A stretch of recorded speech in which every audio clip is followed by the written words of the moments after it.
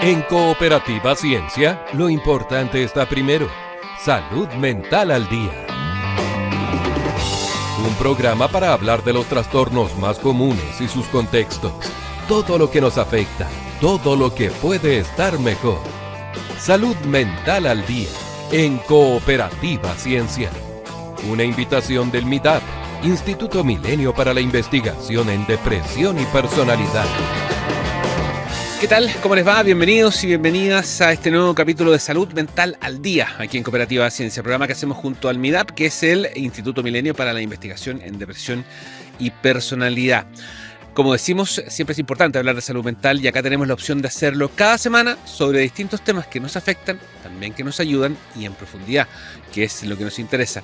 Te recuerdo que todas las conversaciones anteriores están disponibles en nuestro canal de YouTube, @Cooperativa Ciencia. Mi nombre es Jorge Lira y te doy la bienvenida a este nuevo capítulo de Salud Mental al Día. Salud Mental al Día es una invitación del MIDAP, Instituto Milenio para la Investigación en Depresión y Personalidad. El VIH ha pasado por varias etapas. Primero, hace muchos años, como una enfermedad exclusiva de, comillas, pecadores, por lo tanto, un tema prohibido. Luego, el estigma y la muerte segura. Después, los tratamientos paliativos, la vida normal, pero siempre con el estigma allí presente. Y llegamos hasta hoy, donde podemos decir que es una enfermedad controlada, pero tanto es así que las conductas de riesgo han crecido y la prevención se desvanece. Y por cierto que eso tiene implicancias en la salud mental.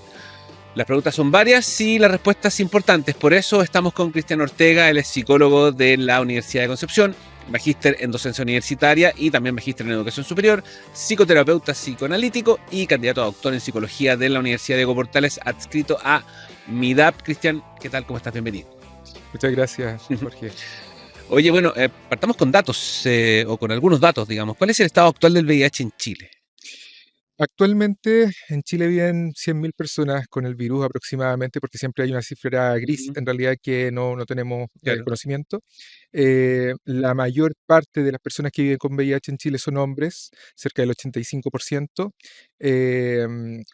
Entre los, bueno, alrededor de los últimos 10 años, ¿cierto? La tasa de personas que viven con VIH y que son diagnosticadas anualmente varía entre 4.000 a 6.000 personas, ¿ya? Esos son los datos epidemiológicos que manejamos hoy día en Chile. Ujú.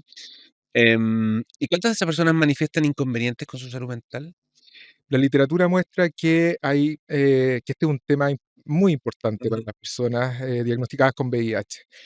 En Chile no tenemos mucha información respecto a las condiciones de salud mental que viven las personas con VIH, por lo tanto es muy importante que nosotros podamos acercarnos a ese mundo y poder hacer investigación para tener evidencia respecto Ujú. a las enfermedades mentales, los síntomas y las dificultades que tienen las personas que viven con VIH más allá de la psicopatología. ¿Y eso por qué ocurre? Porque no, ¿cómo decirlo? No lo sienten necesario, no lo descubren, qué sé yo, el VIH es una capa demasiado gruesa como para descubrir que hay un problema más allá también de salud mental. Me parece una súper buena pregunta, en el sentido de que la manera en que se ha enfocado el VIH como una primera respuesta siempre ha sido desde un lugar biomédico, lo que está Claro. perfecto, porque necesitamos que las personas vivan, Ujú. ¿cierto? Pero toda la parte de salud mental y los aspectos más socio o psicosociales han quedado en segundo plano, ¿no? Las experiencias, por ejemplo, de las personas que viven con VIH ha quedado en segundo plano y la línea de investigación que yo tengo en conjunto con mi profesora guía, Alem Katomisic, en la Universidad de Diego Portales, Ujú. justamente vuelve a advertirnos la necesidad de meternos en la subjetividad del VIH, ¿no? En cómo las personas experimentan la enfermedad, en las dificultades, en las barreras de acceso, pero también en la prevención, ya que ha quedado súper descuidada. Yo no sé si han tenido la oportunidad de ver los afiches, ¿cierto? O cuánto de campañas se han realizado en el último tiempo para prevenir VIH. Yo creo que, y ahí es una crítica, Ujú. ¿no? Se requiere más esfuerzo. Claro. Sí, sí, de hecho aparecen de repente, yo decía al comienzo, cifras medio sorprendentes como de que hay hay menos cuidado, hay menos conducta preventiva, sobre todo de parte de la gente joven, y Sí, uno como que aventura una respuesta y dice, claro, como ahora está controlado, o entre comillas controlado, o sea, como que, para decirlo en chileno, como ya no te mueres, claro, claro. eh, Lo que pasa es que eso es muy puedo, digamos. engañoso. Entonces, claro, uno tiende a pensar eso, pero claro, tampoco hay datos. Claro, eso es muy engañoso porque en Ujú, realidad, efectivamente, con una buena adherencia al tratamiento, que ujú, significa una pastilla diaria, en el mejor de los casos, ¿cierto? No te vas a morir y vas a vivir igual que una claro, persona sin VIH, digamos. El tema es que igual tienes que estar dependiendo de un fármaco, en primer lugar, claro. pero además hay otras condiciones del virus que son bueno, propias del proceso de la adquisición del virus, ¿cierto? No es que no haya virus en tu cuerpo con la adherencia al tratamiento. Sabemos que hoy día eh, ser indetectable es igual a ser intransmisible. Básicamente no transmite el Claro. virus, ¿cierto? Ha avanzado muchísimo la medicina en ese sentido y la farmacoterapia. Pero, hay otros temas que están, alojados, y muy bien decías tú, el tema del estigma de las Ujú, personas que viven con el virus. Por ejemplo, en la elección de pareja, en develar el estado serológico a las otras personas, familiares, amigos, etcétera. Entonces, hay muchas, situaciones que las personas en realidad dicen: "Ah, sí, el VIH hoy día ya no es tema". Sigue siendo tema ujú. porque causa dificultades psicosociales, tanto a nivel individual como comunitario. Y eso ha provocado entonces que las personas no usen preservativo en sus relaciones sexuales, que hayan mayor cantidad de fiestas, por ejemplo, con contenido sexual, pero sin suficiente precaución, Claro, ¿no? Nadie dice que no existen esas fiestas, claro. cada uno es libre y ojalá Sí. todos seamos libres de poder hacer lo que queramos, pero con precaución. Oye, Cristian, hablemos un poco de eso, del estigma o la discriminación. No sé si diferenciarlos tanto, pero la pregunta ¿es el estigma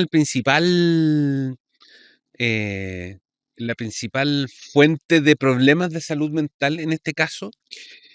Yo diría que antes del estigma hay que usar un modelo que se llama interseccionalidad, ¿no? Ya. Interseccionalidad significa básicamente que una persona está compuesta por múltiples aspectos identitarios, Ujú, ¿ya? Algunos quedan en opresión, otros quedan en privilegio. Un hombre, por ejemplo, que tiene sexo con hombre o que tiene una orientación sexual, digamos, minoritaria, homosexual, queda en posición de opresión en relación a un heterosexual, ¿ya? Vivir con VIH es otra capa que queda en opresión, otra característica identitaria que queda en opresión. Si le sumamos clase social, si le sumamos etnia, por ejemplo, ujú, podemos hacer como un barrido de varias capas de identidad o de aspectos de la identidad que quedan en opresión. ujú. Eso ya genera presión sobre el sujeto. Además, si es que consideramos modelos de estrés de minorías, por ejemplo, que está muy bien documentado en la literatura hoy día, las personas LGBT, por ejemplo, eh, tienen mayores problemas de salud mental comparados con las poblaciones heterosexuales por el estigma social, ¿ya? Y eso ya lo sabemos, ya se Claro. sabe. Entonces, si empezamos a hacer un análisis global, el estigma o el tener VIH suma un nuevo estigma, ¿ya? Entonces, son condiciones globales los que generan los problemas de salud mental.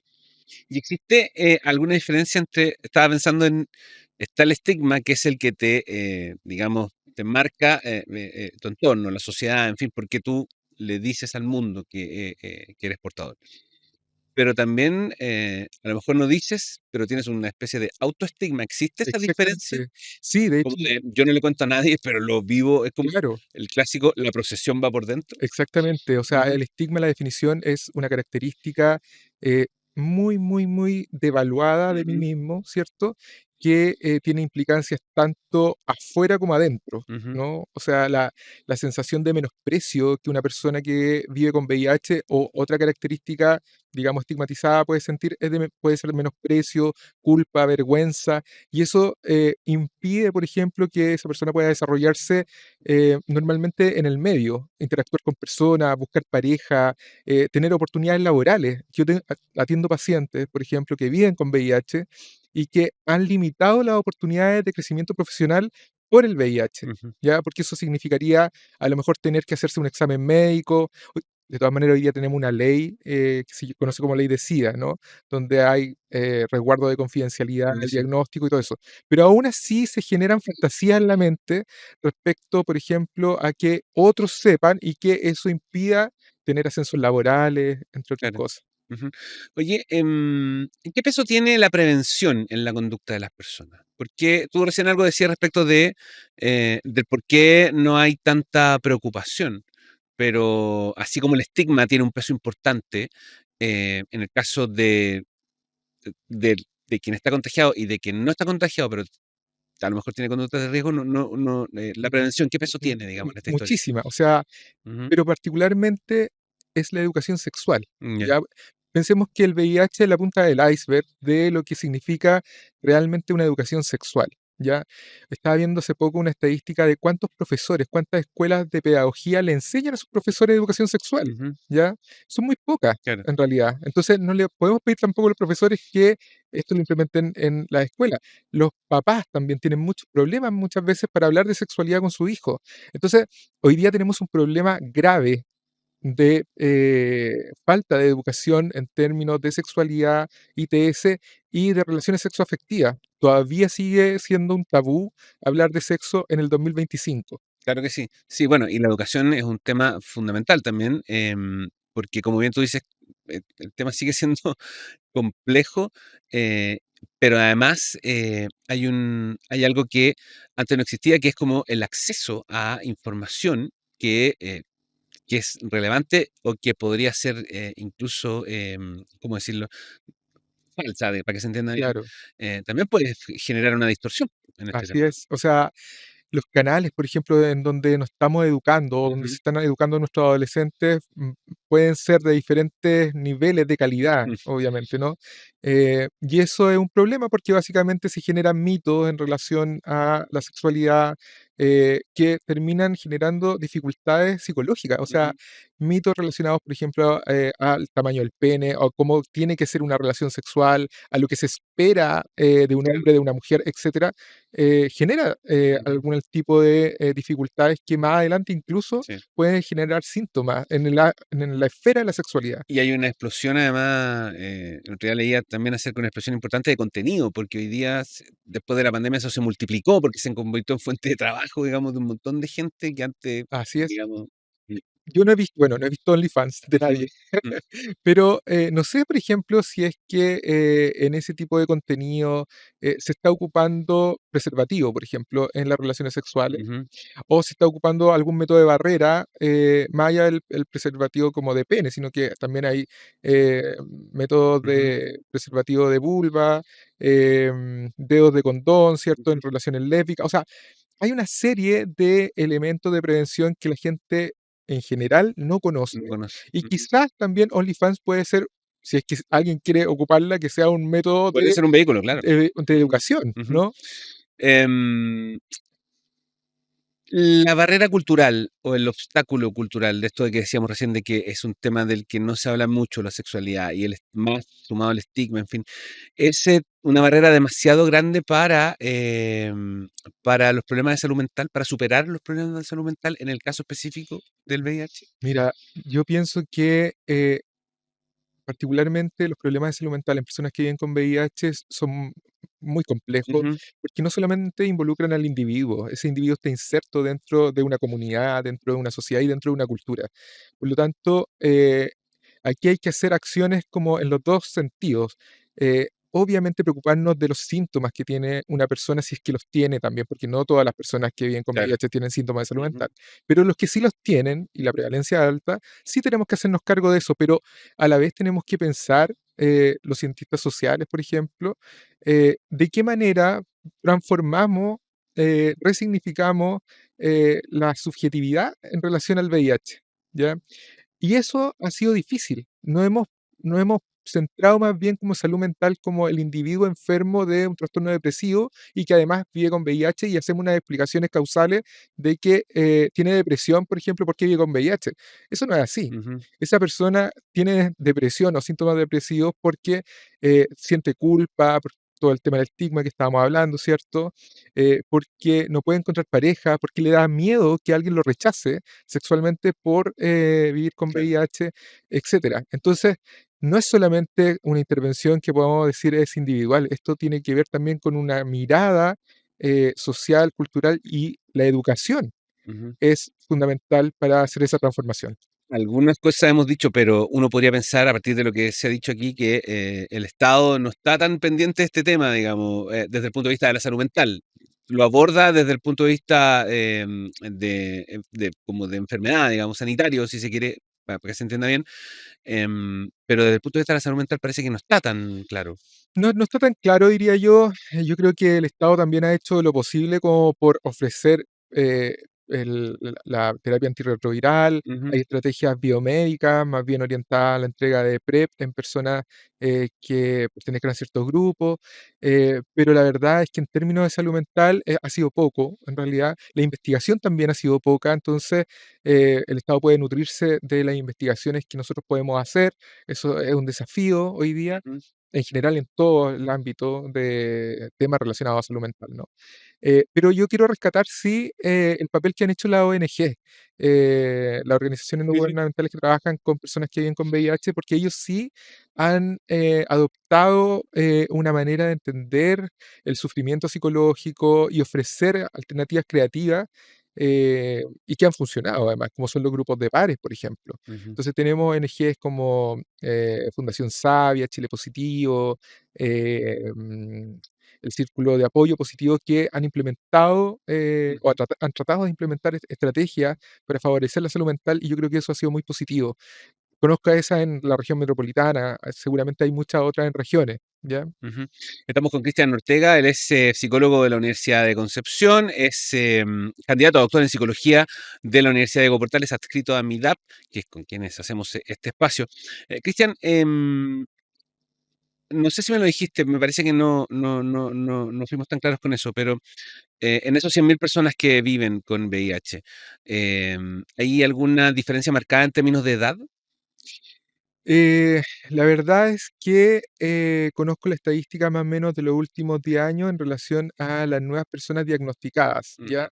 Eh, la concentración de mayores personas diagnosticadas está entre los 18 a los 34 años, ya, ¿ya? O sea, tenemos un punto crítico en la adolescencia como ámbito de prevención. ujú, Los esfuerzos de prevención deberían ir hacia el mundo adolescente y no lo están, no está claro, siendo así, claro, ¿ya? claro. A la adultez joven Ujú, también. Pensemos que son etapas de sexualidad más activas, ujú, ¿ya? Si lo pensamos, no tenemos educación sexual en el colegio, no tenemos educación sexual en la universidad, nadie nos habla acerca de sexualidad, aprendemos entre los amigos, lo que vemos en internet, en las redes, qué sé yo, es un caldo de cultivo en realidad, como para poder ujú, adquirir no solamente VIH, sino que también otras ITS que están hoy día en la cresta de la ola en Chile. claro. Oye, pero ¿no representa, o no podría representar al menos una pequeña oportunidad que haya un alto porcentaje de personas contagiadas entre 18 y 34 años? Porque finalmente una edad joven también permite expandir, digamos, información valiosa Seguro. hacia sus, qué sé yo, propias familias, en fin, sus entornos, etcétera. Seguro que sí, o sea, yo creo Ujú, que eso es algo bien positivo. Ahora, eso es en la concentración, en las otras edades también hay, digamos, ujú, incluso en los adultos mayores, lo que estamos viendo es ujú, que ha habido un aumento de diagnóstico de VIH sobre los 65 años, ¿ya? Y eso es bien interesante, también en mujeres. Eh, entonces, la epidemiología hay que mirarla también como dentro de los contextos, de cómo van transformándose no solamente quedándose en las agrupaciones mayores, ¿no? Porque estas otras poblaciones también son muy importantes. Y algo yo creo que me gustaría decir súper importante. Las mujeres han sido constantemente invisibilizadas en temas de salud sexual, ujú, ¿no? Particularmente en VIH. El VIH ha estado puesto como foco en hombres que tienen sexo con hombres ujú, o hombres homosexuales, ¿cierto? Pero las mujeres particularmente han quedado muy invisibilizadas. Hay agrupaciones de mujeres